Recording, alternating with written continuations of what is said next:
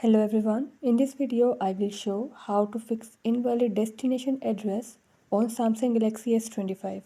Before starting this video, please press the bell icon or do subscribe this channel. Let's start our video without wasting any time.